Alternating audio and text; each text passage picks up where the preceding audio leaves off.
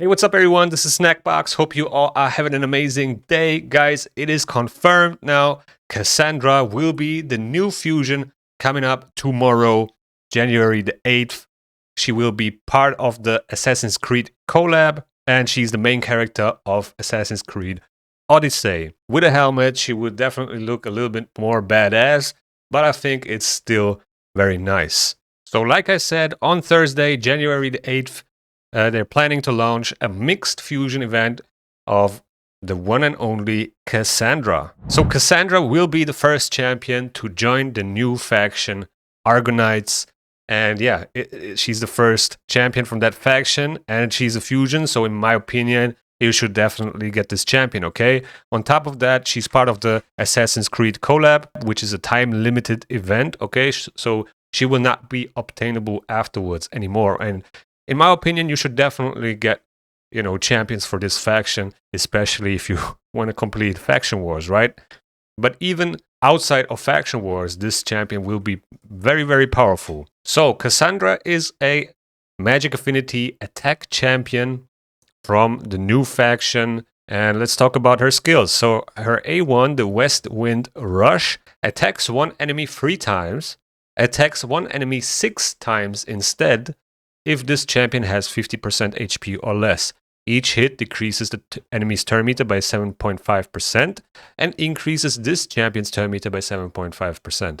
This effect cannot be resisted if this champion is under Veil or Perfect Veil. And this A1 can be booked 3 times for another 30% damage.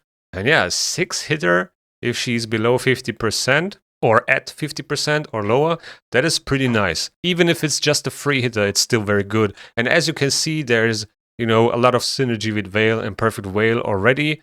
And I think this will be the theme for all of the assassins. Now, let's take a look at the A2. Spare of Leonidas. 4-turn cooldown. Needs 3 books, can be booked down to a 3-turn cooldown. Attacks one enemy. Before attacking, places 60% decreased defense debuff and a HP burn debuff on the target for 3 turns. This is pretty good because it's before she attacks, so she's placing the debuffs and then dealing damage. That is good for multiple reasons. First off, she's pushing her damage already with the decreased defense, but then it's also good for, like, let's say Chimera Trials. If you need to place debuffs first and then deal damage, that's pretty good in that regard, right?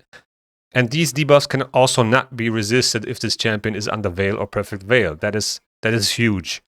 Places a stun debuff on all enemies for 1 turn if the damage dealt by this skill is more than 50% of the target's max HP. This debuff cannot be resisted if this champion is under Veil or Perfect Veil. So I think this stun is quite good for wave content, but not so much for PvP, because you risk to get stunned yourself with all the wands that we have out there. So yeah, I don't know. Seems more like she's meant to be a PvE champion so far. Then the A3, Isu's Blessing. 6-turn cooldown, can be booked down to a 4-turn cooldown. Removes all debuffs from this champion. Heals them by 50% of their max HP. And fills their turn meter by 50%. Alright, so a self-cleanse, 50% heal, and then a 50% turn meter boost. Places a 50% increased attack buff, a 15% shatter buff. That is nice. That is, more Death Ignore. I think it's a small version, so it's not insanely good, but you will definitely push her damage a lot, especially against targets with a high defense. And a 30% increased speed buff on this champion for 2 turns. Wow, so this is quite amazing. She's self-buffing, increased attack, shatter, and increased speed, and then also healing, cleansing, and gaining 50% turn meter. So it's not an extra turn and it's not an attack. It doesn't do damage. It's just a cleanse with some buffs and turn meter fill. So pretty interesting. Let's keep on reading. Prevents this champion's death and keeps them alive on 1 HP if they are under an increased attack buff, shatter buff, and increased speed buff. I'm wondering if she needs all those buffs to prevent the fatal hit.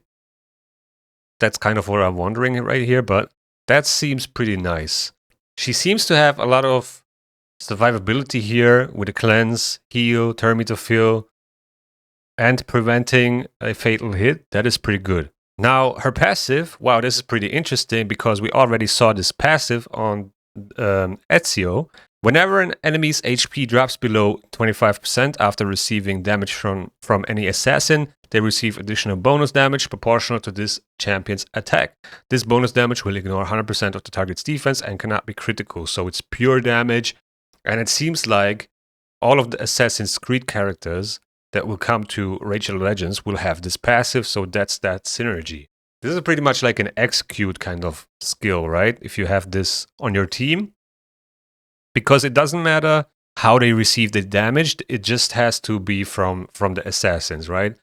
I'm wondering if this also gets triggered if the bombs are detonating from Ezio, but I guess we gotta wait and find out. There's another passive, a Blood of Sparta. Whenever this champion attacks an enemy, increases this champion's attack by an amount equal to 50% of the target's defense.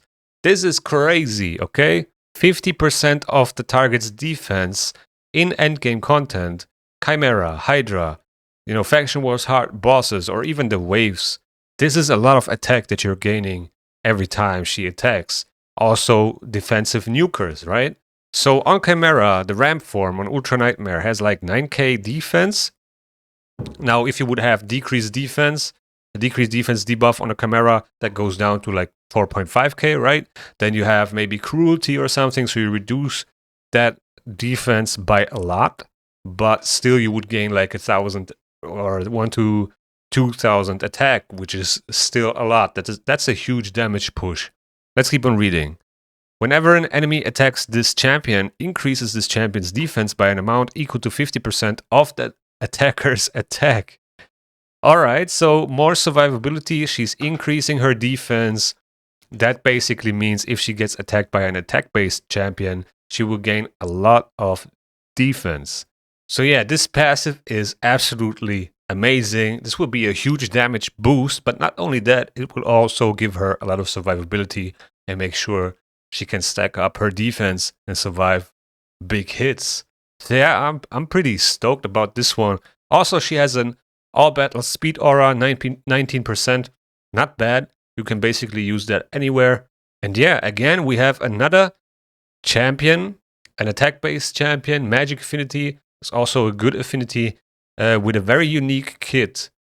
Okay, she has increased attack, increased speed, decreased defense, HP burn. On top of that, small shatter buff. But the one thing that I don't see here is that she's not buffing Veil on herself. So you got to bring somebody else that is putting Veil on her if you want to utilize her A1 and A2 with the stun and the turn meter decrease. But I don't think it's super necessary to put her, to put Veil on her. But it definitely helps maybe in some situations. So yeah, I think another great champion for Chimera Trials. Like I said, decreased defense, HP burn, increased attack, increased speed. That are 4 buffs and debuffs that are needed for Trials. And that, again, on a damage dealer is pretty amazing. It's almost like we have another Xenograde type of thing going on here, very similar, with the increased attack and increased speed. She just has different debuffs and also, another passive and so on, but very, very similar. I see a similarity here. So yeah, if you watched my last video about, preparing for the fusion, where I said those time-limited fusions, they always turn out to be very great in certain content. And yeah, I think or feel like it's the same with this one. So in my opinion, you shouldn't skip this fusion, even though I saw some people commenting that, there will be the new anniversary coming up, which is true.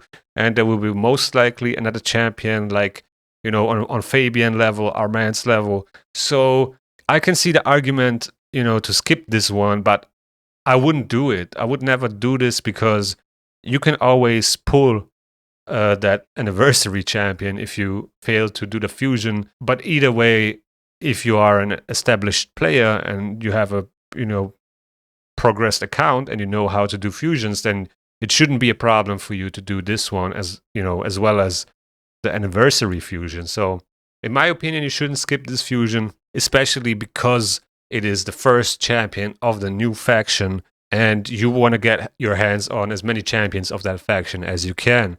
That's my opinion. Let me know in the comments below what you guys think. Do you think this champion is good or bad? I think she looks amazing. Her passive is crazy. She provides a lot of buffs. She's cleansing, healing. She has 2 debuffs that are very unique on damage dealers. And yeah, I think she's great. I think she looks very great on paper. Yeah, I mean, we just need to see how much damage those champions actually can do, because at the end of the day, that's what's really important. That's what it's coming down to. What are the multipliers looking like? But yeah, guys, that's been pretty much it for this video. I mean, at the end of the day, I never skip fusions, but I also won't tell you what to do. Just my advice is don't skip this fusion. That's all I can say. And with that being said, thank you guys for watching. I hope you enjoyed. If you enjoyed, please hit the like button. Also, subscribe to the channel if you want to see more raid content. The YouTube algorithm is going to suggest you a video that you might like right here. And see you in the next one.